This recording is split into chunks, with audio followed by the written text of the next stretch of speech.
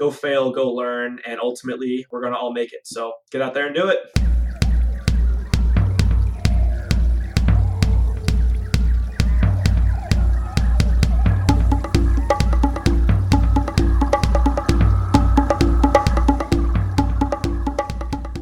And with the sound of those bongos, you have officially entered the Wild Business Growth Podcast. Feels great, doesn't it? Since this is the first episode, I'm going to hit on a few things that I won't hit in the other episodes. Number one, what is a Wild Business Growth Podcast? This is your destination to hear from an exciting guest every single week that's doing something really, really cool in the entrepreneurial and or creative space. We're going to have innovators and entrepreneurs that are discussing how they unleash creativity to grow bigger and better businesses. It's a wide range of guests. You'll hear from true startup founders. You'll hear from people innovating and creating new departments as part of multinational, massive corporations. You'll even hear from product inventors and creatives that are bringing crazy ideas to life. We're super excited to share their stories, so tune in every single week. Number two, what is Hippo Direct? Hippo Direct is a marketing company that has been around for over 25 years. Founded in 1992 and originally a mailing list broker, Hippo Direct has evolved with the times to embrace email marketing and digital marketing. Hippo Direct is dedicated to growing your business and helping you reach new customers. Number three, who owns this arguably arousing voice you're hearing? That would be me, Max Brandstetter. I'm digital marketing manager here at Hippo Direct, and Hippo Direct happens to be my family business, so kind of close to me. I'll be your host each and every week, and while I'm excited for you to hear my thoughts and ideas, I am significantly more excited to share the stories of our amazing guests that we'll have on each and every week. The episodes will be bunched up in a little bit here at the start for the launch, but once we get into a routine, you can expect a new episode every single week. Our guest for episode number one, I could not think of a more wild and crazy way to start off with a bang. I am incredibly excited for you guys to hear his stories, so let's just get into it. Enjoy the show. Today, we have a super, super exciting, interesting, entertaining guest. I have a great feeling that you guys won't fall asleep. If anything, by the end of this episode, you'll be able to do a backflip without even stretching first. So super excited to have Mr. Justin Bauer here. Where do I even start with this introduction, Justin? I'll start. Well, first I'll say thank you very much for coming on, and then I'll get to the intro. Dude, no problem, Max. Thanks for coming. I'm having a great time already. I'm a little nervous, a little excited, but I think we're going to have a great discussion. Perfect. All right. Well, nervous and excited is always fun. It's always nerve-wracking and exciting. So we're going to do it big, and let's get into the intro. So Justin, we actually know each other from our hometown, Solon, Ohio. Yep. Great suburb outside of Cleveland, Ohio. So we go way back. I think we, after kind of not being in touch over the college years, believe it or not, we reconnected over Snapchat, I believe it was a couple years ago, maybe. Noticed that Justin was doing a lot of cool stuff and been keeping up with his story. And so we've been staying in touch, and he's kind of a guru in this podcasting space. So fitting that he is a great guest to have on the show. But anyway, Justin is the inventor of several different products, including BakeSplit, the universal baking sheet divider, Clip Grip, your universal bottle, can, whatever object you want, holder. Right. Also invented Jolt, the EDM alarm clock. So for all you EDM alarm clock fans out there, he is super big into the gymnastics and lifestyle and social media space. And also across the board has been super successful with crowdsourcing and crowdfunding online, does a bunch of crazy shit in his free time, and had his own podcast. But I think the best way to describe Justin is he has the hair of Steve from Stranger Things. He has the muscles of Dwayne "The Rock" Johnson. Well, that's generous, but I like it. I like that. And he's super humble. He has the flexibility of a Cirque du Soleil performer. And he has the best podcast of all time, if you ask his mother. So she did love it. Really, that's just in a nutshell. I think if you're okay, we could just stop right there and call it a day, Justin. That's good, man. Yeah, that's a pretty good summary. So perfect. Okay. Well, that's really all we wanted to talk about this week. But so we'll see you guys. Great episode. Yeah. But that's the arguably hyperbole version of Justin. But no, we want to hear it straight from the source. Justin, would you mind taking a little bit to tell everybody sort of your story, like where you come from, how you got into the things that you're doing, and what's the biggest stuff you're working on now? Yeah, man, really good question. So, actually, I was gonna say, man, I think you and I were on the same soccer team when we were in maybe elementary school. Yes. I still. I thought back to my first memory of you. I'm like, oh, dude, is that it? I think your dad was even the coach, if I'm not mistaken. Oh yeah, my dad was always a huge coach in the Solon youth sports leagues. Oh yeah, I still wear that jersey every night to bed. It's amazing. That children's size one, right? Yeah, all my clothes are that size, so it's perfect. But yeah, man. So outside of that, from Solon, like Max mentioned, it's a Cleveland suburb. I studied mechanical engineering and German at Miami, Ohio. I loved it there. I did gymnastics. I used to do swimming in high school. I found that a little bit boring. I kind of like found my something I'm really passionate about in gymnastics. After that, after college, my professional career, I do control systems engineering at Rock Automation. I went through their leadership program. We can kind of discuss this later for inspiration, but basically I'm still doing the job, but at the same time I know that I think I have another calling. There's a lot of other stuff that I want to do with my life.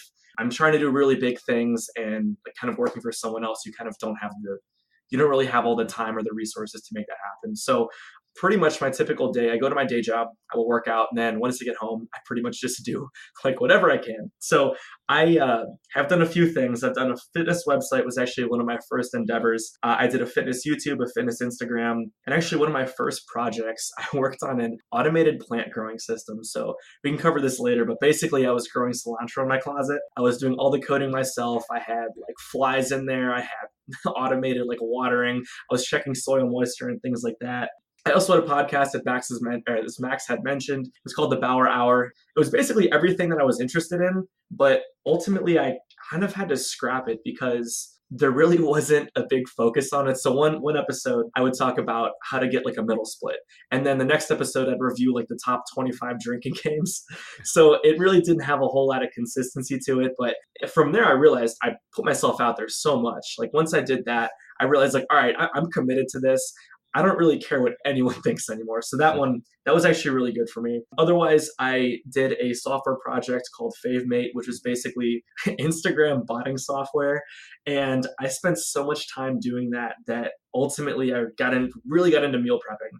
And after I was doing that, I had this crazy idea of like making this baking sheet divider, which would basically bisect a pan to allow me to cook two types of food at once. So basically, I would be able to have two types of chicken, which would be making this health and fitness dieting a lot easier. So from there, we patented that, tried to kickstart that one. That one flopped. We raised like $4,000 out of 1,300. But again, that failure was absolutely massive. And like to this day, I'm still super thankful that happened. Otherwise, my most recent Kickstarter and probably one of my biggest focuses right now is Clip Grip.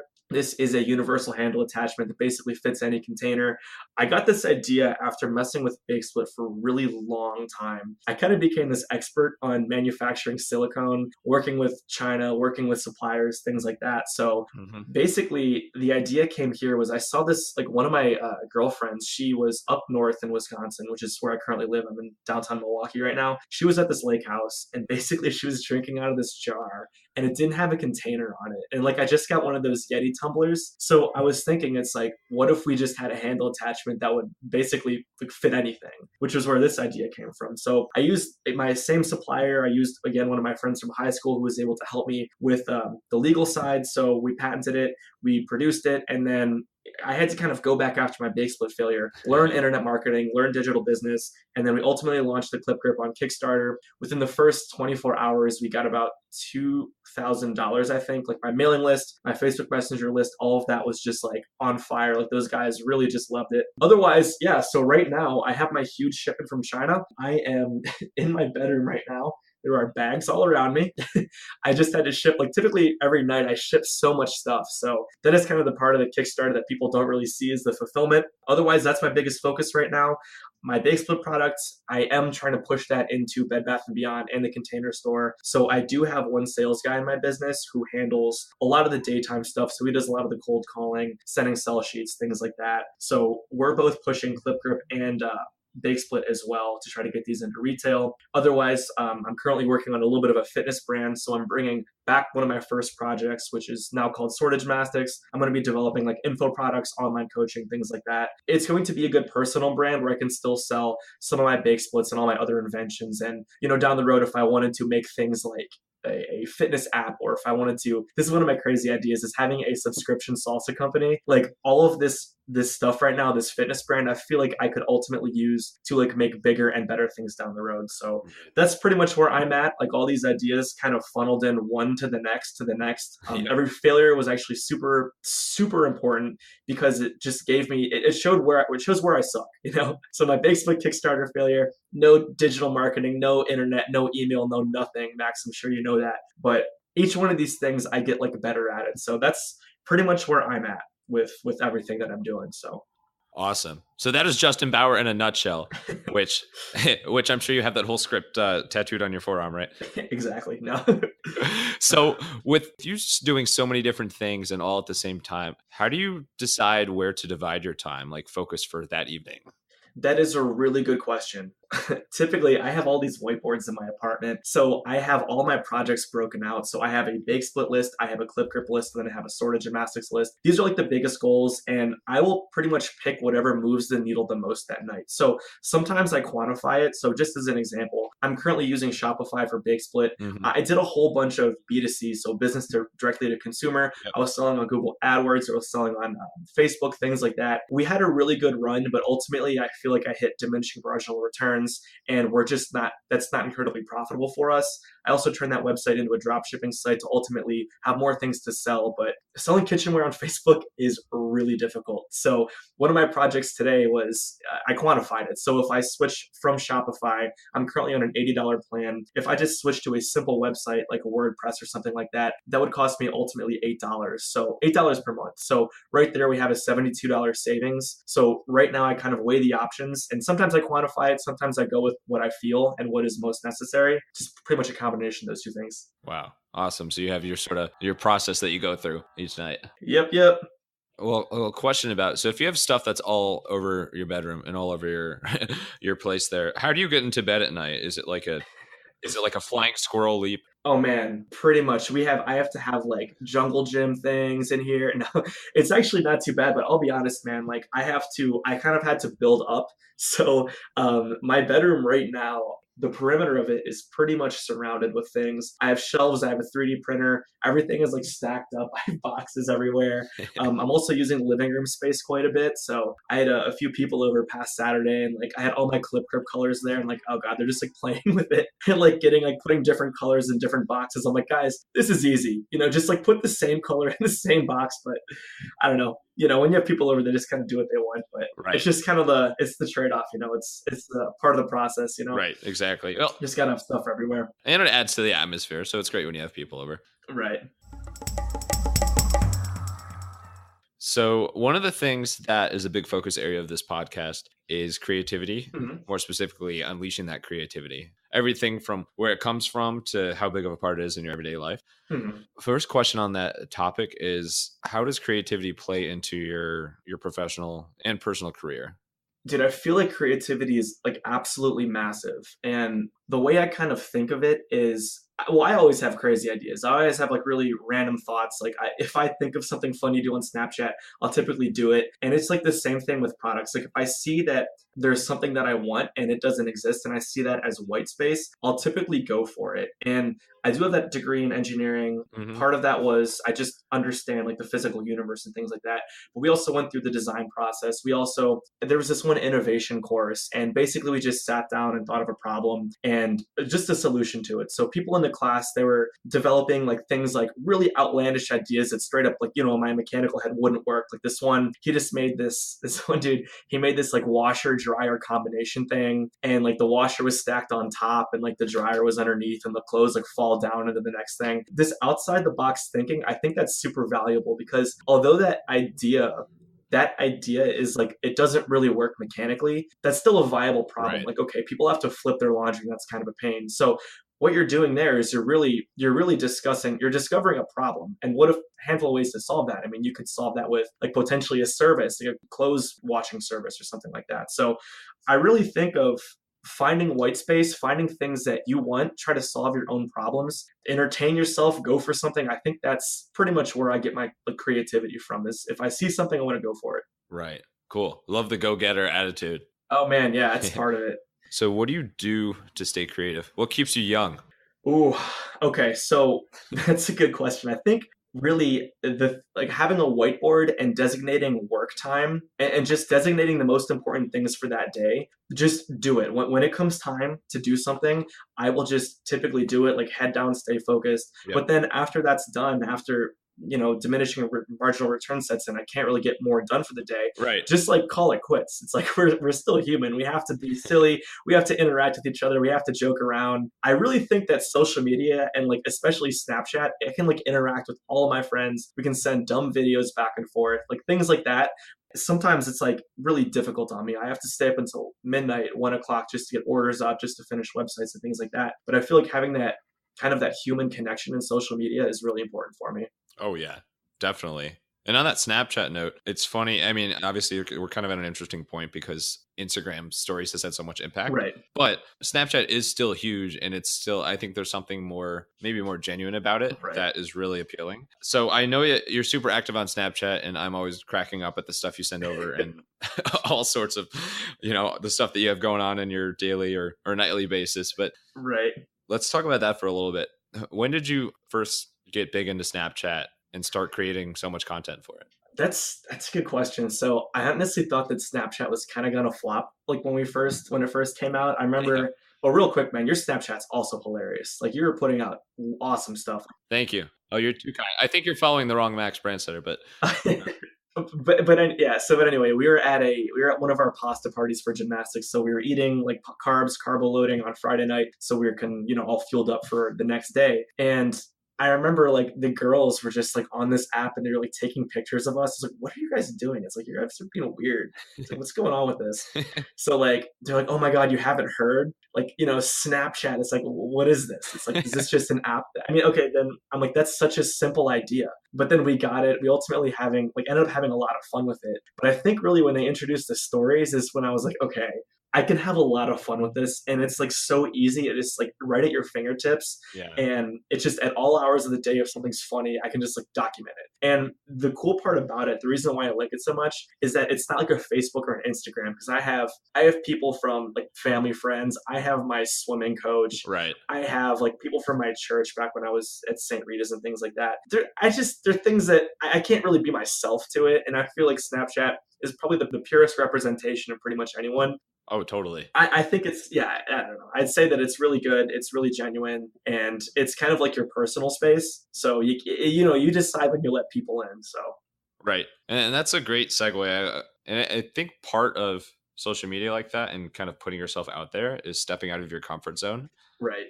I got to ask, have you always been extroverted, or is that something that's kind of a more acquired taste for you, kind of stepping out of your comfort zone like that? Man, that's a good question. All these are really good questions. I was going to say, thank you. You're very complimentary on the question. So yeah, dude. Okay. I think there were times where I kind of go in and out of being introverted. I remember, like if you take any given 4-year period, like let's just take high school or middle school, like the first year or year and a half is going to be kind of introverted because I don't really understand the culture. I don't really understand the dynamic. But like typically once I feel comfortable in that, then I'll just take over, and I'm like, okay, this is me. Like this is awesome. Yeah. So yeah, it's like that happened in high school. Again in college, it's like I went to Miami, Ohio.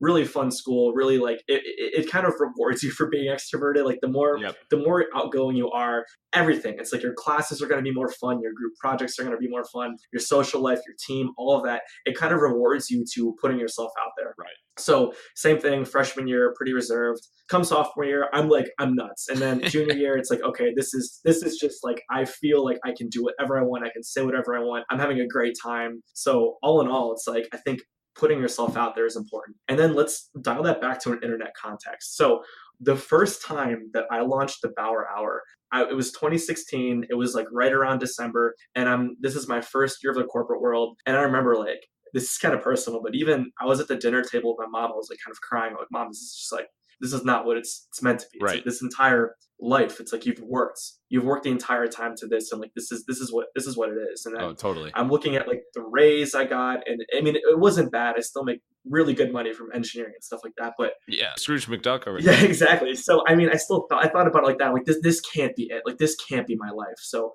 January 1st, I'm like, all right, I'm launching this podcast. Well, probably January 2nd because we're probably hungover.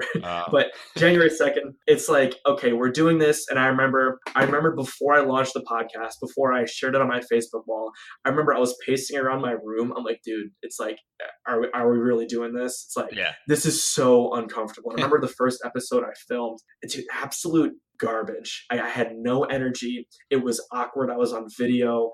Just the setup was weird. I wasn't myself. Right. Ultimately, towards the end of that, it got a little bit better, and that was huge for me. But really, when I launched the podcast, even though I sucked at it, that was the moment where I'm like, okay, I'm committing, and we are putting ourselves out here. And that was still a little bit awkward. That was 2016, but nowadays, 2018, I'm on video I'm just showing people how to do gymnastic skills. I'm showing them how to do handstands, things like that. And I'm looking at this, I'm like, dude, I feel really comfortable on camera. So I think ultimately it's a thing that you kind of have to work on. But if you don't initially go for it, you have to take the jump. So it was this Steve Harvey motivational video that I kept playing over and over again. He's like, if you want it, you gotta jump. And I'm like, oh my God, it's like, you do have to jump. And it's like when you're falling and your parachute isn't opening yet, and you're like, this is insane. It's like, I was thinking that. I'm like, oh my God, I have to do this. I have to do this. And then like all of a sudden, the parachute's going to catch and you are going to be soaring. I'm like, oh my God. All right. I jumped. And after that, I shared it. I'm like, I did it. And it was awkward. It was uncomfortable. Yeah. But I did it. And it was beautiful because I put myself out there that much that I am like proof. Like I am kind of safe from internet judgment. Like right now, Right. I feel good after doing that. So, oh yeah, as anyone listening, it's like if you guys are like struggling with that, if you want to start a business, if you want to start a YouTube channel, an Instagram, whatever, it's like you have to go for it, and it's gonna suck at first, but that's the beauty of it. You can just look back at that and laugh. Right. Exactly. That's amazing. I love the Steve Harvey impression, by the way. I think I've been working on that one. It's so huge for anybody to step out of their comfort zone. It's kind of funny because it's the way people see it publicly, it's more of sort of an external and extroverted thing, but it's so big for you internally because, like you said, it feels so good when you can feel yourself growing as a person and getting more comfortable in situations. And so that's awesome. That's a really, really cool story, and it's cool kind of from where you were a few years ago to sort of all the stuff you're doing and how public so much of it is now online. Yeah, man. Kind of see how that's transcended so far. Cool, man. So. Yeah, exactly. Hi, this is Greg Brandstetter, founder of Hippo Direct. Has all this wild growth talk made you hungry for some new customers? Well, here's your recipe for success. Hippo Direct can help you acquire new clients using proven methods such as postal mailings, email marketing, and targeted ads on Google, Facebook, and LinkedIn. We can even create a customized leads and prospecting database for you. So check out hippodirect.com and contact us today. So anyone in the entrepreneurial mindset is often looking at problems and looking at ways that they can fix things. Right. So at what point did you make the jump and go from just thinking about things like this to going, hey, I want to take this into my own hands. I can do this myself and I can actually create something as opposed to it just being an idea. Right. Dude, honestly, man, it happens very fast because a lot of the whole like dissatisfaction with my current situation, environment, things like that. I'm like, dude, I don't have a choice but to go for things. So for BakeSplit, when that kind of became a reality, is we can actually dial that back a little bit. So first, one of our friends, Robbie Breeds, who went to high school with him, he became a patent attorney. So I told him about this idea. He's like, yeah, man, well, I mean, I can file patents because I'm working at this law firm. Like, all right, well, shoot. That's just when I read the 4-Hour Work Week and like one of the viable ways to make make a bunch of money is by licensing Oh, patents. absolutely. Yeah, so we got the patent for it. I mean, I still designed it, I prototyped it, and that's kind of like my mechanical engineering thing. We just designed a prototype that got the patent for it and everything like that. And then ultimately we tried to license it, and then licensing it just wasn't really a good fit with anybody. And then it just got to the point where I came home from my job. I'm like, all right, well, I mean, I got to go for it. It's like I don't really have a choice but to do this and but to like really then see what happens, you know? Right. Yeah. And by the way, even if you didn't mention that, I would have guessed. I was like, you know what? Justin's super influenced by the 4-Hour Work Week. A true, Right. true product of some of the gems that Tim Ferriss has in that book, which is still so influential. Oh, it is. Yeah. And I'm sure, Tim, if you're listening, I'm sure we'll have you on next week. So Yeah. I'd love to join we'll in on see. that one. We'll talk more of it then. Yeah, of course. I was listening to his podcast earlier today. But anyway, anywho, I'm always curious for ideas that people have that they didn't pursue for certain reasons. Mhm. Is there an idea that sticks out in your mind that you've thought of but just never really pulled the trigger on for X amount of reasons? Yes, and actually that's one of my notes here. Again, Max, these questions, awesome stuff. Thank you. I'm going to leave this 5 stars when you guys launch. This is Perfect. great. That's what we need. So listeners, yes. Hint, hint. Listeners, guys, 5 stars. Everybody 5 stars right now. At least 6 if you can. Oh, wow. I did not know they released a 6th one, but hey, if you guys can make it happen, then that's good.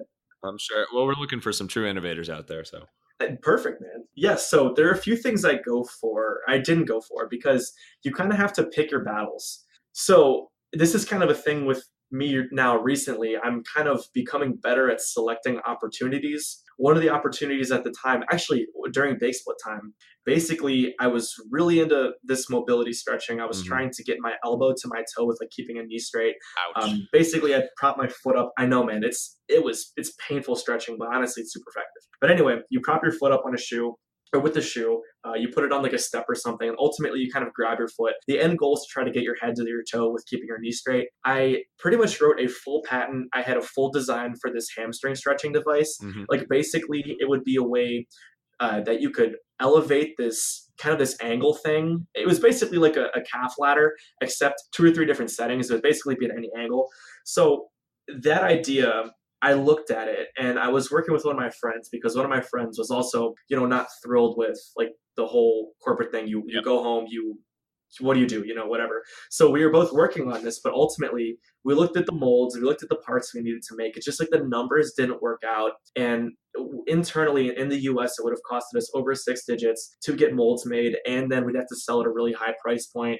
I did get quotes from places abroad. So I went to China, India, and it's just like the numbers did not look good. It was like 17,000 in molds. Yeah. Parts were, we didn't really know how the assembly was going to work. We'd have to source from like a handful of suppliers. I mean, that sort of thing, like that product right there, the play for that one would be to like patent it and then like license it off to like a Rogue Fitness or something that can bring it in house. But ultimately we kind of scrapped it, and I looked at the complexity of that product versus the complexity of BakeSplit, which is like 3 pieces of silicone at the time, but ultimately redesigned it to make it a lot more intense. We just kind of looked at the numbers and it just didn't work out. And to be quite honest with you, it's like knowing what I know now about product businesses and the amount of shipping, the amount of negotiation, the amount of time it takes to really move something. I'm kind of pivoting to more of an info products and this like online coaching, which is basically going to be like more of a software as a service kind of approach. It's much more entrepreneur friendly. You don't have to deal with a lot of nonsense. So I feel like my next few things are going to be more software related or more internet coaching time based, just because they're a lot easier. The profit potential is much, much better than just working on these like little gadgets. I mean, if we do get a wholesale order from another large like retailer like Bed Bath & Beyond, then that could be huge. But at the same time, that takes so long. There's so much that goes into it. So yeah, I've had to become a little bit smarter about which options I go for. Right. And that's the kind of stuff that you have no idea about until you actually go forward with it and do it. Exactly. So you're clearly learning a ton as you're doing. Oh man, it is nuts. It's insane. The best learning experience ever. Oh yeah. And it's neat how you're pivoting sort of, I guess you're sort of evolving from sole product focus to software as a service and service, kind of going in that different direction. Right. It's just you kind of have to. I mean, in order to make money, like realistically, you can. I mean, for like a sole person to kick off a product and then really make it profitable is very difficult. So Hmm. realistically, a lot of people will like. Let's just take this one company for example. These are these things called skater trainers. So I'm in a quarter life crisis. So I picked up skateboarding again. These are like little skate things that you can put on your wheels. So basically, it keeps your board in place. You can learn your kick flips, your heel flips, all sort of stuff like that. So I ended up getting them because they're awesome. Like they work. I learned kick flips, relearned that really quickly. But basically, what they do is they sell you that product. They open with it, but then they also follow it up with like a service and a coaching thing and like apparel and things like that. So they lead with the products and then they kind of follow it up with info products, things that are higher margin. So it's just the way a lot of things work Right. nowadays. Yeah, absolutely. What's the most intense skateboard trick you can do? Well, realistically, it's ollieing 3 stairs. Like that was really scary for me. And I was working on varial flips, so that's a pop, shove it, kickflip combination. And I got a few of those, but those are pretty difficult to land, and they kind of freaked me out. So, Oh my God. I have so much nostalgia to Tony Hawk Pro Skater now. oh my god, I know. I wish that game was amazing, dude. I got this one game. It's called Skate Trainer 2. Oh, it's Touch Grind 2. Touch Grind 2. So that one, that's like the perfect bathroom game because like you can flip a board, like you put your fingers on it like a tech deck, Oh, yeah, yeah. and it has this great physics engine. So every time you flip the board, it's different. So it's really fun. You can catch it. You can do like crazy tricks. So if you're looking for to scratch that itch a little bit, it's Touch Grind 2. Perfect. Name drop. Hey, we're also looking for sponsors, so that is a perfect one. Touch Grind 2, hit us up. And Tony Hawk, I know Tony Hawk was very influential to both of us. In fact, he inspired me to try to ollie, which consumed many years of my life. And that is where I will end my skateboard story. But anyway, that's a good transition to inspiration. So let's do a segment here that's all about inspiration and sort of where you, what gets your juices flowing, what's where your inspiration comes from. So it's inspiration, it's people, hobbies, and resources. Okay. So first thing, who'd you say is your biggest influence? And it could be personal or professional. It has to be. I mean, the whole catalyst to this was, well, there's more of an event that happened, but I can tell you that later. But basically, Tim Ferriss gets the ball rolling, and Tim Ferriss got the ball rolling very, very hard for me. I was driving back and forth between Milwaukee and Cleveland. Really terrible drive. Basically, I threw on the 4-hour work week, and I'm listening to this. I'm like, oh my god, is this real? Is this possible? Right. And then I'm thinking like, oh my god, this is reality. This is how things happen. This is how greatness, like great empires are made. It's like just from doing things like this, like going outside and making something happen. Right. Yeah. He's huge. I will say that nowadays I like the tactical stuff more. So there's one guy on YouTube. His name's Alex Becker. He has an email marketing software called Market Hero. He just launched a new Tropics brand. I am in like all of his programs. I really love this dude. He just taught me everything about modern business. Like one of his programs is called HCOM 2020. It's basically everyone gets a drop shipping Shopify store. And we learned so much there. His YouTube videos are super informative. And also the big thing is he takes you over the shoulder. Whereas like if you look at a Grant Cardone or a Gary Vaynerchuk, a lot of those guys, they're really good once you get started. Like that the advice they give you is like incredibly high level and like awesome. The thing is, I feel like a lot of starting entrepreneurs and even like small business owners need that tactical advice that those guys don't really offer. So, I mean, granted, those guys are pretty big inspirations. Right. Like Grant Cardone's sales books are just awesome. But as far as like actual tactical stuff, I'd highly recommend Alex Becker for anyone getting started. Like he's been a huge influence in me. He got me started with internet marketing, email marketing, social media marketing. We're working on webinars, we're working on ClickFunnels, like all sorts of sales stuff like that. So he's been a huge influence in like my later entrepreneurial career. But again, to get started, it was Tim Ferriss. Yeah, Tim's the man. I do have to ask, the audiobook, is Tim reading that? I would assume he is. It is someone else actually, in the true Tim Ferriss fashion. Oh, really? He outsourced it.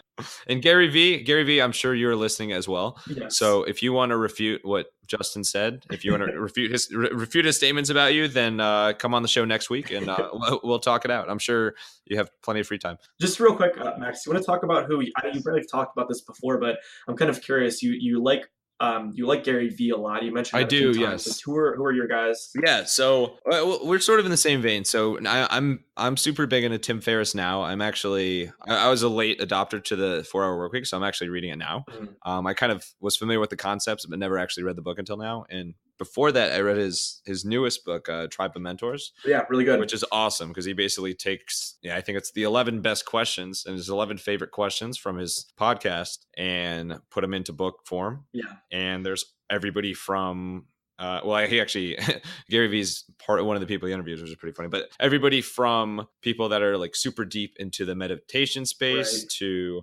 writers to Maria Sharapova. I mean, you name it. Yes. It's like 600 pages maybe, but it's a super easy read because it's all Q&A format. But Tim Ferriss is huge. Yeah, I love Gary Vee. I probably still consume way more of his content than I should time-wise. But and part of that is just because his content's everywhere and I'm on social media all the time with the business accounts. But Right. I was fortunate that my old job, CPG job, one of the agencies that we worked with and the first agencies I met was his agency, which was pretty new at the time. Wow. So I got to meet him That's pretty awesome, early man. on before I even really knew who he was. So I met him a few times. I mean, sat next to him at dinner. I remember I tweeted at him one night and he tweeted back and I remember thinking how cool it was, even though as he was like blowing up on Twitter at the time, he still was so diligent with replying to all, the people that reach out to him. But, whether you, because, people are kind of polarized on his content, whether, they think it's too sort of extreme or rah whatever, but whatever you think of his content, when you meet him in person, I've never met anybody even close to his level of energy. I can in imagine, person. man. It is unbelievable. And it's not like, and because his people are like, oh, is he on drugs, is he in what, like I think he drinks coffee every now and then, but like he there's nothing, I think he was just born with such a high natural energy, and he's just such a true entrepreneur in terms of building stuff. And his whole, his story growing up, coming here as an immigrant and growing, and he's got the family business aspect as well. So Yeah. that's really cool. I love his stuff. I listen to his podcast a lot. Let's talk a little bit about resources. I love just staying in the know and sort of being at the forefront of sort of what creative marketing stuff is happening, what are the newest updates to all the social media sites, and what's going on in the marketing and in the entrepreneurial world. So I love the stuff from Content Marketing Institute. I love the stuff from Social Media Examiner. I love seeing the latest sort of viral trends on The Verge, The Drum, Mashable, you name it. Right. Do you have any sites? Is there any blogs or magazines, or even it could be a favorite book that you look to really stay up to date on stuff like that? Yeah, so I'm gonna have to plug Alex Becker one more time here. So his game is marketing, and I have a good point here. Yeah. So basically, he has this email autoresponder. So his job is to market marketing to marketers. So basically, he talks about this in a handful of his videos.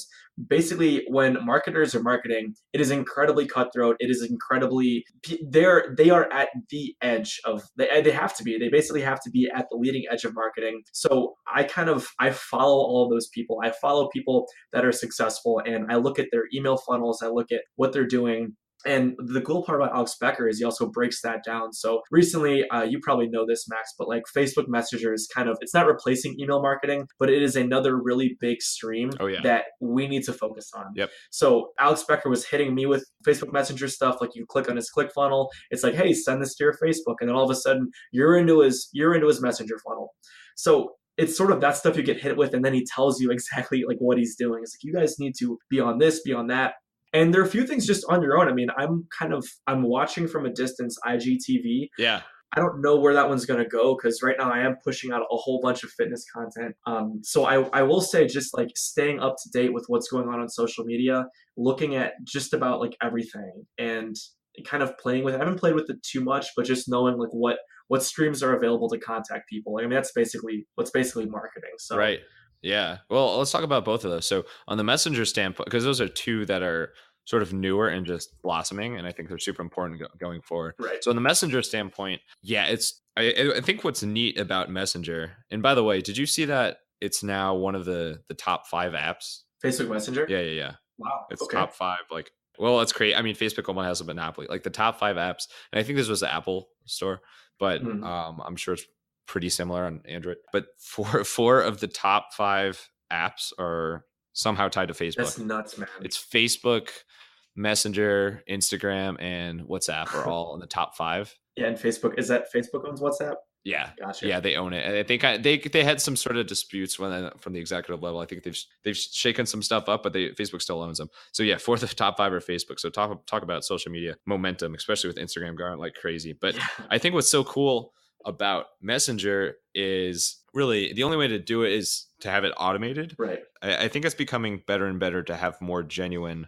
automation, if you will. The interactions are becoming more sort of human-like, and it's, like you were mentioning the message from Alex Becker, and I know Gary Vee and all these other top influencers doing the same sort of stuff, that it's not actually them sending the message personally to you, but they can make it close enough that it feels like it, and there's some certain responses that they can put in there that makes it feel like a real conversation and is effective or to get you to do whatever they want you to do. So yeah, I agree, and let's talk about that. So I feel like Gary Vee, you probably hired a full-time person to schedule and design and build that funnel, because there's a program called ManyChat. So if you guys aren't on Messenger, go check out ManyChat. I think you can get up to 2,000 leads for free. But basically, you can have it search for words. Like, you can have it query words, and then based on the words those people use, you can automatically send a different response. So I think it is, Max, to your point, it is becoming a little more human. It's becoming a lot more human, to be honest.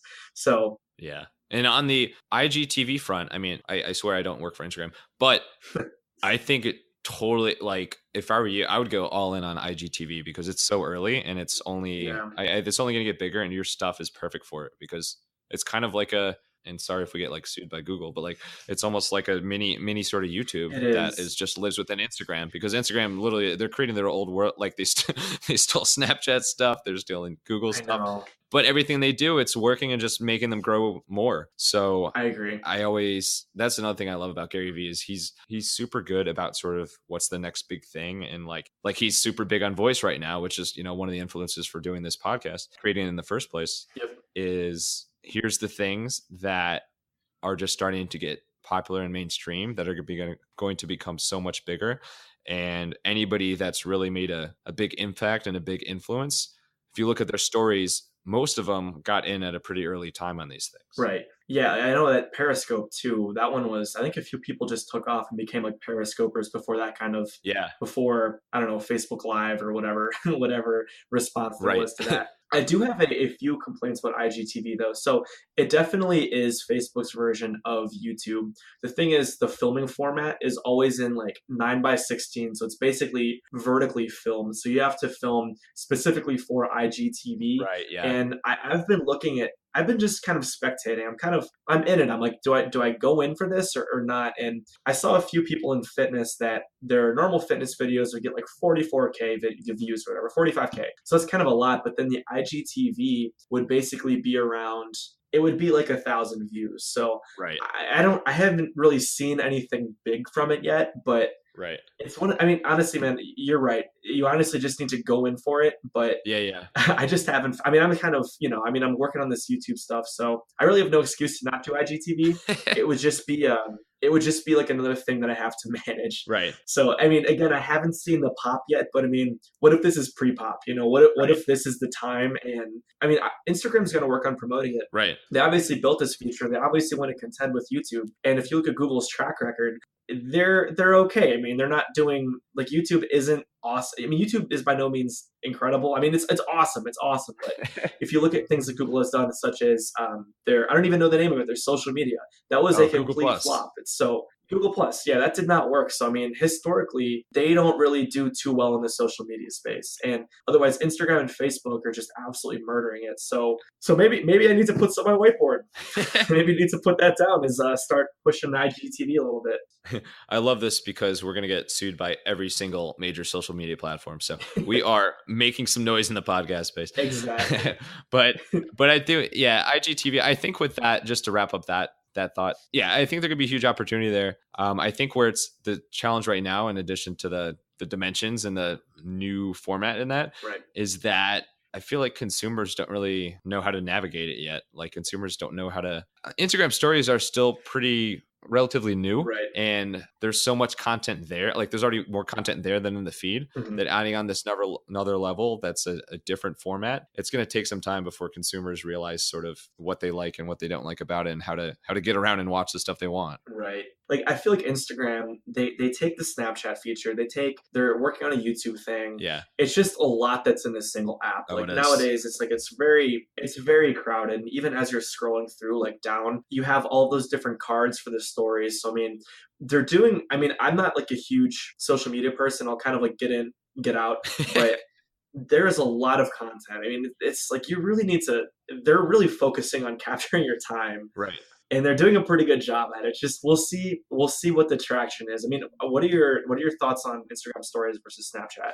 So I, like you, have always been a huge Snapchat fan, but we've seen it based on how much is going on Snapchat now compared to what it used to be, and how popular Instagram stories is. Yeah. So I do both, which a lot of people do both, but it's just kind of annoying because it's like, like I don't want to post the same thing to both. Right. I want to, keep my audience entertained on both of those, but I still think Snapchat is the more pure form of yourself, which is like what you said. And I think you can be a little bit edgier, but it will be interesting to see in the next few years what Snapchat becomes, because there's a lot of different directions they can go, and they've got so many different cool features. Right.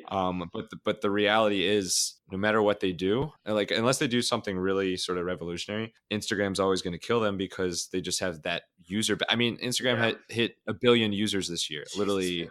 A seventh of the world is on Instagram, which isn't even the biggest part of Facebook. Like it's insane. So there's just so much momentum in the fact I think maybe it was within a year, maybe less, that Instagram stories had more users than Snapchat. Really? Just because of the base. So it's crazy. So I think in the long run, like Instagram stories is definitely the safer bet, especially because you have all the influencers using there. And also Snapchat really shot himself in the foot when they did that redesign. And then, did not love that. Yeah, which I didn't think it was that bad. I mean, I didn't mind it, but I was amazed by how many of my friends on Snapchat were just like, you know what, peace, I'm out. I'm just doing Instagram because I can't deal with this. I was like, really? I really don't think it's that different. Like, right. I really don't think it's that bad. Yeah, but they definitely, I noticed my viewership would go down. I mean, before the algorithms, I mean, they algorithm. I mean, that's what everyone kind of wants to do, because for them, it's another way to plug ads and make more money and things like that. So my viewership, like, not that it cut in half, but I will say that it's like substantially lower than what it used to. It used to be like 200, 300 viewers per story, and now it's like 150, max like 200 if it's, I don't know, whatever, like a random weekend or whatever. Right. But yeah. And the other thing that's kind of a pain point though right now is I'm not sure, how many people you follow on Instagram or Snapchat, whatever, but Snapchat used to make it super easy to just, watch all the stories at once. Right. Which it is kind of still that way, but I don't follow enough people on there that it's like so time consuming, so I can go through all those and it's fine. But Instagram, since it's just like a bigger network, I used to, when I first started using Instagram stories, I kind of in an OCD way felt like I had to watch everything. Yeah. And then next thing I know, I'm like, you know what? That literally took up half an hour of my life. I could not do that. And so it's you really have to sort of pick and choose on Instagram stories. That is true. By the way, man, your Instagram for your branded Instagram was awesome. I think those little videos you guys make, I think they're GIFs or videos or something. You guys definitely put in effort for that. Like I see that in my feed. I'm like, oh man, that's Max putting in some work right now. So very cool stuff. Like the Hippo was, I think, 4th of July diving into the pool. I'm like, whoever their animator is they're up to something. Right. Yeah, so. Exactly. Well, appreciate the kind words. And I know he's listening right now. So we'll get a little peek behind the curtain. It's top secret. I'm sure nobody will remember anyway. We have an awesome graphic designer named Adam that I'm sure will join us on the show at some point in the future. Really, really awesome guy. And, does the creative for WWE, used to work at a brewery before. But anyway, he makes it super easy because I basically will think of the idea and I'll basically send them the skeleton saying like, here's the post copy, here's the image copy, here's the idea for the picture. And probably 99.9% of the time, the first thing he sends back, we're like, oh my God, this is good to go. So that's really cool. So he's So lucked out, actually met him because I used to live with him and was one of my old roommates. And it's funny how life works just way, based on your current job or living situation. It's sometimes you meet people that can turn from friends and roommates to business associates and Right. and vice versa. So It is nuts, man. It works in mysterious ways. I appreciate it. So let's go to I want to talk about something real time. So we do a segment on the show called the Wild Business Shout Out of the Week. The Wild Business Shout Out of the Week!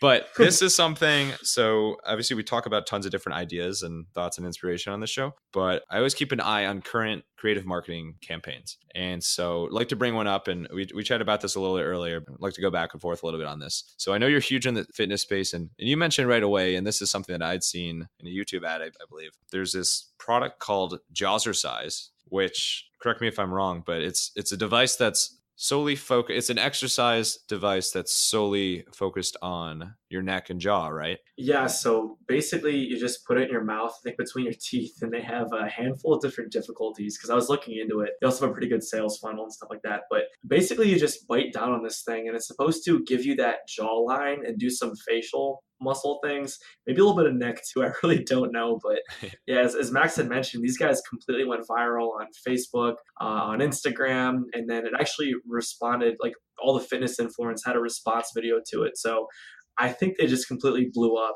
I don't know too much about their marketing campaign, but very viral in nature. It was a pretty cool video and an interesting product. Yeah. And I saw it and have you ever heard of the YouTube guy, Brendan Myers? He has a lot of ab stuff. I have. Yep. Oh, cool. So he's like I'm like the guy at the gym that is on like the wrestling mat doing abs, holding his phone because he's watching a video, which he has a lot of really good ab stuff, that Brendan Myers. Anyway, I can't tell you a single ad, like a pre-roll ad for one of his videos out of memory, except for that Jazzercise one. It's the only one that I was like, it was so unique that it just stuck out on my mind. Was like, wow, this is really interesting. Like, this is ridiculous, but I'm interested. Yeah, exactly. And I'm like, always working on my jawline. That's why I go to the gym. So it's really, it's easy to become top of mind. But yeah, I thought it was really neat. Where were you exposed to it? Where'd you find out about it? I think, well, here's the thing. So I think I'm in a few of these fitness groups. I think someone may have shared it there. Yes. So that may have been organic viral traffic. And then once you click on it, then, you're in their retargeting process. So I kept hitting retargeting on Facebook, YouTube, and I haven't seen it on Snapchat yet. I think I haven't seen too much on Instagram either. Right. But definitely viral videos on Facebook. Oh, yeah, definitely. All right. Well, that was Jazzercise. So we have a couple more segments here, a little bit more fun and playful, not as business related, but I have a little variety here. Well, of course, it's a variety show, right? So this next segment is called The Unusual. And this is, definitely inspired by some of the Tim Ferriss stuff I've read, but right. It's The Unusual. So phrases, quirks, and pet peeves. Cool, man. So it's always super interesting to hear what stuff people do that maybe others would think that's pretty peculiar, or the other way around. Mm-hmm. But so first thing with that, what is your biggest pet peeve? So my biggest pet peeve, man, this one really bothers me. But when you're at Chipotle or a place like that has the glass in front of you, people that point over the glass to what they want, that irritates me. Honestly, it irritates me so much because like this is the glass, like it's glass, you can see through it. You can generally point to what you want, but people for some reason always choose to like go over the glass and like point down on it. Right. Getting all their like hand germs and like all sorts of, nasty stuff all over the food. It's so irritating. Right. Yeah. And it's like the glass is opaque, right? Yeah, seriously. It's like they let you see it. They let you see through it. So that's probably my biggest one. Yeah, it does never get old. But you have any other big pet peeves that come to mind? There are a few.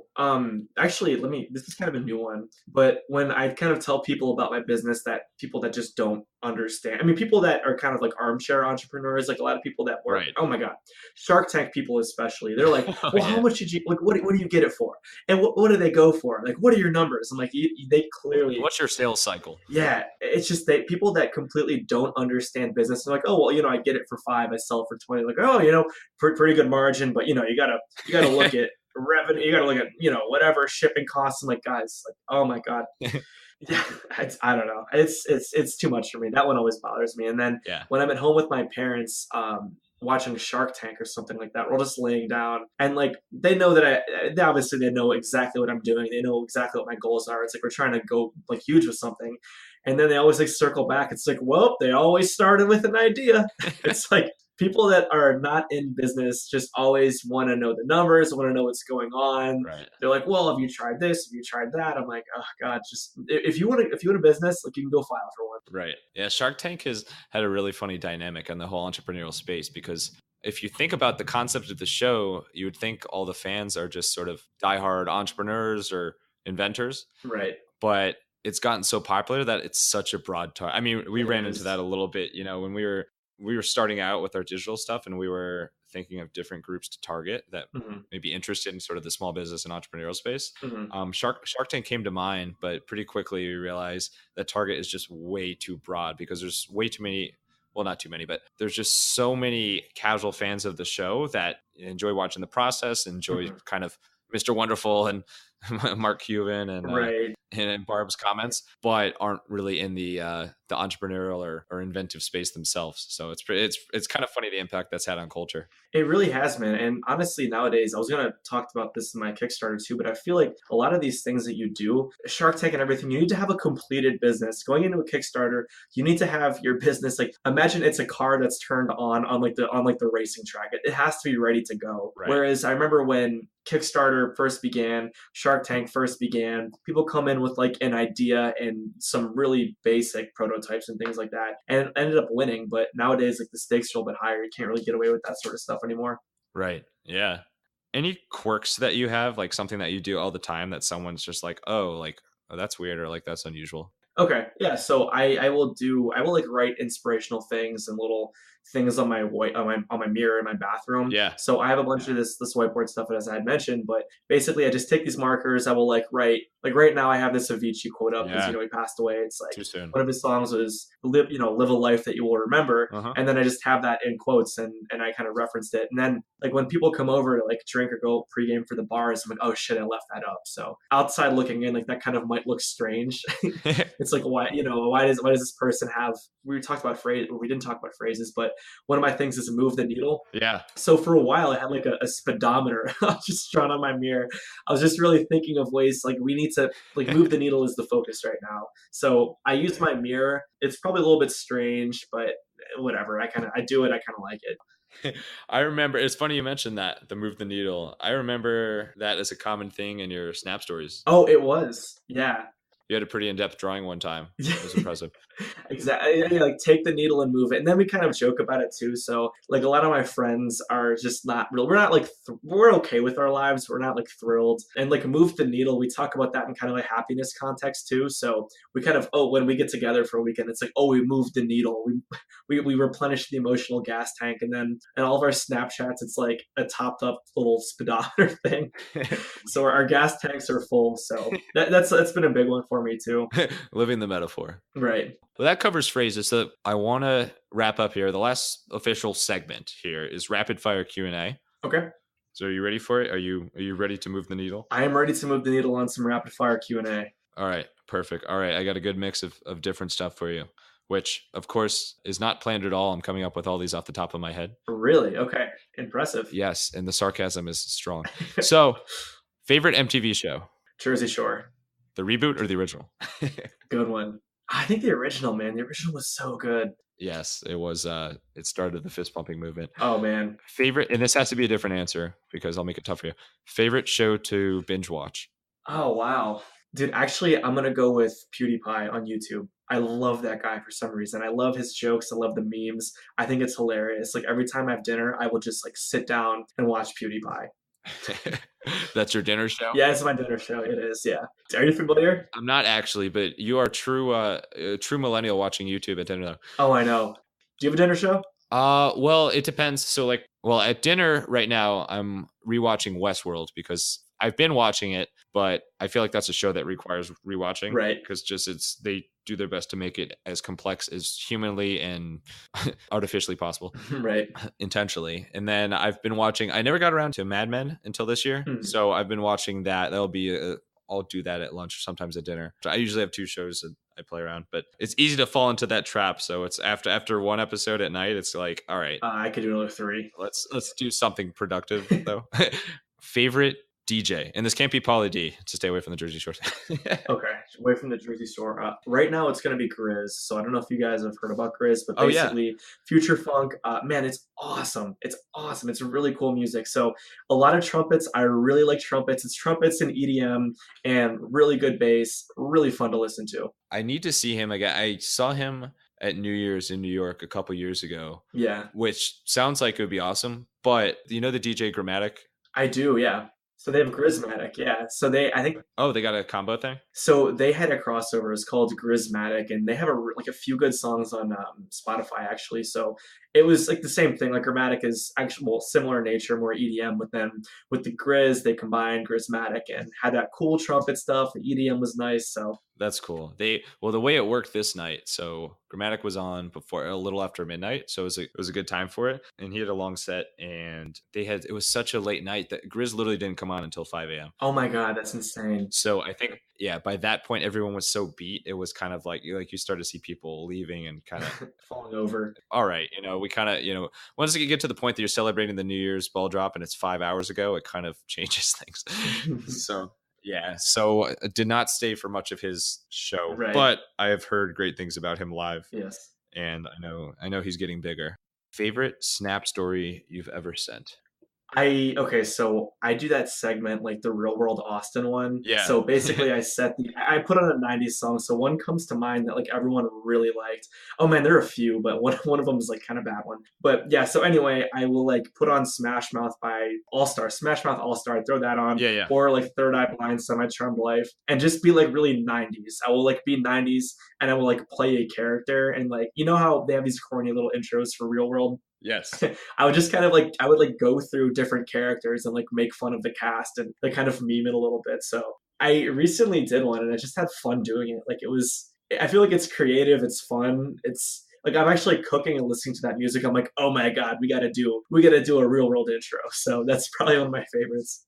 Yeah, that's a good one. I always enjoy the characters that you come out with. You did one You did one like 2 or 3 days ago, right? Yeah, I did. Oh man, Semi Charmed Life. I was singing that so much after that. That song is so good. Like 90s, I've been this 90s music kick, so it's been fun. Well, speaking of 90s, well, actually, this would be 2000. So sorry if we're reverse aging ourselves to the listeners. But favorite memory from Solon High School? Oh man, dude, honestly, freshman year homecoming. Yes. Maybe no, sophomore year homecoming, because that one you were there. You were probably there. Yes. Max. So of course. Incredibly hot gym. The gym was like so wet and sweaty, and it was like a riot. And like I remember at the time, I was like not doing anything with my life. Like all I was doing was just going home and like playing World of Warcraft for like months. And then like homecoming happened. I'm like, wait a second, like we can have fun with our life too. Like, Was that when it was still in the old gym? The smaller gym? It was in the old gym, man. Yeah, that was like, oh god, that was insane. That was a fun one. They were like checking the temperature as they were like, is it safe? It was like 102, 3. I was like, this is, it was ridiculous. And I don't know, man, I had a really good time. That was super fun. But also it's like, normally I wasn't having fun. I was just kind of being like a goober. The self-proclaimed goober. And then this like the fun differential. Yeah. Well, I remember the next year was a bummer because we all thought that was cool because we were young and we were like, oh my God, it's like the gym that we have gym class in is like a club now. Yeah. But then they moved it the next year. They moved to the big gym thinking that it would just be way better from probably a safety standpoint, which it was. But you had so much awkward space around the corner. I mean, there was literally basketball courts on both sides. It was like, then you just have this kind of awkward mob of people in the middle. Yeah, it's like, what do you do? Like glob up to the DJ? It's like, this is, I remember being there. I'm like, I don't know. I don't really know what's going on here. So that one wasn't as fun, unfortunately. Unfortunately, shameless plug. Unfortunately, for as good of a reputation Solon High School has for its academics and how many great things its alumni are doing out in the world, unfortunately, that's the first memory we think of was that hot gym as we had as underclassmen. Yeah, exactly. But so that's Solon High School. Go Comets. have really good basketball teams now, by the way. They do.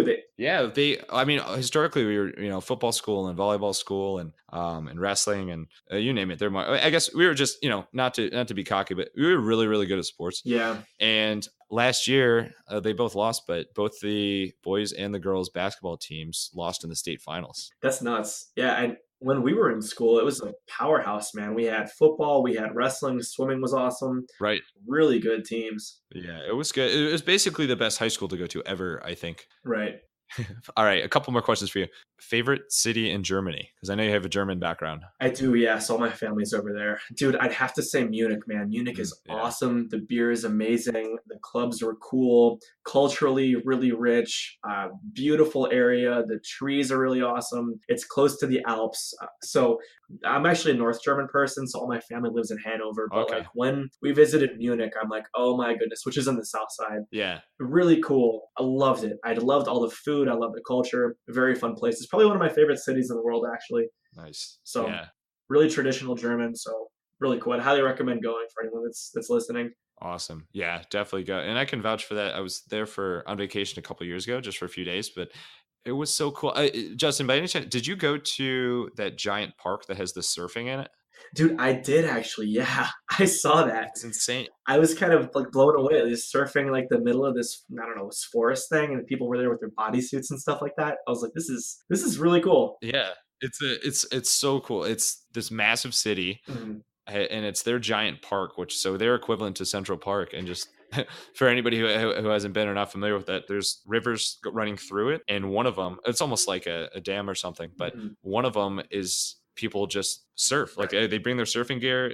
They're dressed like they're surfing in the ocean, and they're just riding the waves back and forth in the middle of this park, in the middle of this city. It's insane. But, and then in other rivers, people are just naked. So it's like you get the best of both worlds. You get a little bit of surfing, right, a little bit of elderly nudity. So it's just like you combine those two, and it's just a great spot to be. Perfect. And you've been doing this podcast naked the entire time, right? Yeah, actually. And dude, I also thought of another quirk. So I actually do have shorts on, but I do kind of like yoga. So I noticed that when I'm standing or at my desk, I'll do a tree pose. So right now I like caught myself doing that. So basically like my foot is on the inside of my right foot is on the inside of my left knee, which is very strange, but like it feels good. I can open my hips up. I may have just tore my groin, but I'm glad you thought of that one. Yeah, it's weird. I thought about it like, oh my God, this is unique and weird that I don't even know I'm doing it. And that reminds me of my last question for you as part of this Perfect. rapid fire, which has kind of turned into a conversation. What is your favorite gymnastics move? My favorite gymnastics move is going to be, it's called a Rudy. So it's basically a front flip with 1.5 twists. It's just it feels so good. When you land it, it feels really buttery. There's a thing in gymnastics called like the blind landing. So imagine a front flip, you're landing forwards. So you can't really see the ground before you land. So basically you kind of have to, for front tumbling, you don't really know what you're going to get. You kind of just have to really feel it out, feel where you are in the air. But when you go backwards for like backflips and things like that, you see where the ground's going to be and you can like really put your feet down and just grab it. I was also a big front tumbler in gymnastics. So this kind of combined the front tumbling with that good landing, because I was like landing like I would a backflip. So I really loved it. It feels so good to twist that fast. And yeah, so for everyone out there, go try it. Just go for it and see what happens. Right now, whatever you're doing, drop what you're doing, put down your headphones and go try that. Yeah, but that's a good one. You happen to use my favorite X Games announcer term, which is buttery. Oh, really? So buttery, I don't know if you ever noticed those guys, especially, it's the Winter X Games. Some of these guys, when they're talking about the snowboard super pipe, right? There's one guy, I don't know who it is specifically, but he always just like, it was so buttery, which is just amazing. Making me hungry. Exactly. On that note, it's dinner time. Okay, so I think that's everything. Thank you so much, Justin. This has been an awesome conversation. It's been great catching up with you. I think we covered a super wide range of topics, which is always fun. And it's really cool. It's just been fun going back and forth with you on the business side and the non-business side. So thank you so much for joining. Yeah, cool. Dude, thanks for having me. This was awesome. Halfway through it, I'm like, dude, we are killing this. Like I felt like it's pretty valuable. I had a great time talking about this stuff. So really cool. That's cool. I was thinking the same thing. So, we're clearly on the same page. Marketers, man, same brain, that marketing brain. Wow, a little Dr. Seuss action there. So What's the best place for people to reach you? Where you want to shout out your social media handles or a website or anything? Now's the time for shameless plugging. For shameless plugs. So if people want to contact me like personally, my email is jbauer337@gmail.com. So I do have a few consulting things for like Kickstarters and e-commerce businesses. I actually have a meeting later with a guy who I'm kind of like mentoring a little bit. So I've also helped a few people with Amazon FBA, fulfilled by Amazon, which we didn't cover, but maybe another time. So if you guys are interested in like e-commerce stuff, just hit me up on that front. Otherwise, my best social is probably, well, it's Rust Belt Vegas. I might change it. That's my personal Instagram. And then also my fitness Instagram is @sortagymnastics. And on YouTube, also, if you guys are interested in functional fitness and things like that, we just covered gymnastics, rings, handstands. I kind of break it down in a way that like it's attainable for everyone, or also just like show like cool skills, things I'm working on. So check that out on YouTube. It's Sorta Gymnastics. And that's pretty much it, man. Oh, and also if you guys are interested in my products, BakeSplit.com, clipgrip.fun, that's where you can get any of that. But it's also on Amazon. So I do have quite a bit of product up at Amazon. And yeah, you can go check that out. Let me know what you think. And that'll pretty much be it. Perfect. And for anybody that didn't remember quite all of that, I will certainly include all those handles and websites and contact information in the blog post when we launch this episode. So you know all the best places to reach Justin and his awesome products and get into the mind of Justin. Cool, man. So for all the listeners out there, hope you enjoyed this episode. Stay tuned next week for another super exciting and creative guest. Make sure to subscribe, review, rate 5 stars or 6 stars, as we mentioned earlier.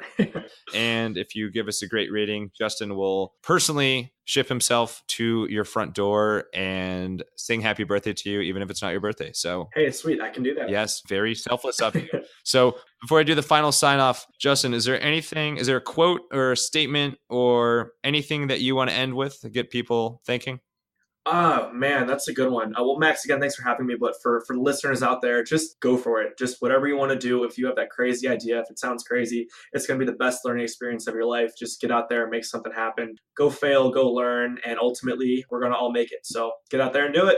Awesome. Get out there and do it. Just do it. I think that could be the new campaign if it's not taken already. Yeah, I think it might be. I'm not sure. Nah, we could probably swing it. Hey everybody, so that was episode 1. If you enjoyed even a second of it, please subscribe, give us a great review, a 5-star rating, 6 if you can. If you have any ideas for guests or subjects to be featured on the show, definitely hit us up at Hippo Direct. It's our social media handles, Hippo Direct, all one word. We're very active on Facebook, Twitter, Instagram, LinkedIn, you name it. And if you want to reach me personally, I'm not going to tell you my social media handles because I just want to see if you can spell Max Brandstetter. We'll see you next time. Let your business run wild. Bring on the bongos!